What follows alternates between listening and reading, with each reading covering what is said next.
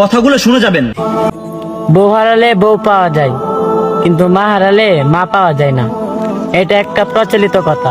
মনে হচ্ছে ডাস্টবিনের ময়লা, মন চাইলে তুলে আনলাম, আর না হয় ডাস্টবিনে ফেলে দিলাম। যেসব ব্যক্তিরা এইসব কথা বলে তাদের উদ্দেশ্যে কিছু কথা। মা আর বউ এই দুজন হচ্ছে দুই মেরু। একজন হচ্ছেন জননী, আরেকজন হচ্ছেন সহধর্মিণী। মা হচ্ছেন জন্মদাত্রী আর স্ত্রী পরিপূর্ণতা দানকারী।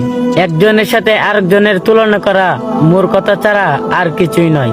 আপনাকে ছাড়া আপনার মা যেমন অসহায়, ঠিক তেমনি আপনার সন্তান তার মা ছাড়া খুব অসহায়।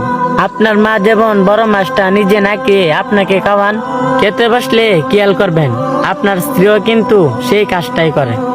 আপনার কিছু হলে আপনার সৃষ্টিকর্তার কাছে আপনার মা ছাড়া কেউ আঁচল পাতে না। আপনার মৃত্যুতে আপনার মা যেমন হবে তার ছেলে হারা, ঠিক তেমনি আপনার স্ত্রীও হবে তার সঙ্গী হারা। আপনার মার আরো সন্তান থাকলে সেই সন্তানরা আপনার মাকে আগলে রাখবে, কিন্তু আপনার স্ত্রীকে কে আগলে রাখবে? আপনার মার আরো সন্তান থাকলে সেই সন্তানদের পেয়ে আপনার মার কিছুটা কষ্ট কমে যাবে, কিন্তু আপনার স্ত্রীর আপনি ছাড়া তো কোনো গতি নেই। আপনার সন্তানদেরকে তো আপনার স্ত্রী দেখবে, তাই না? আপনার মা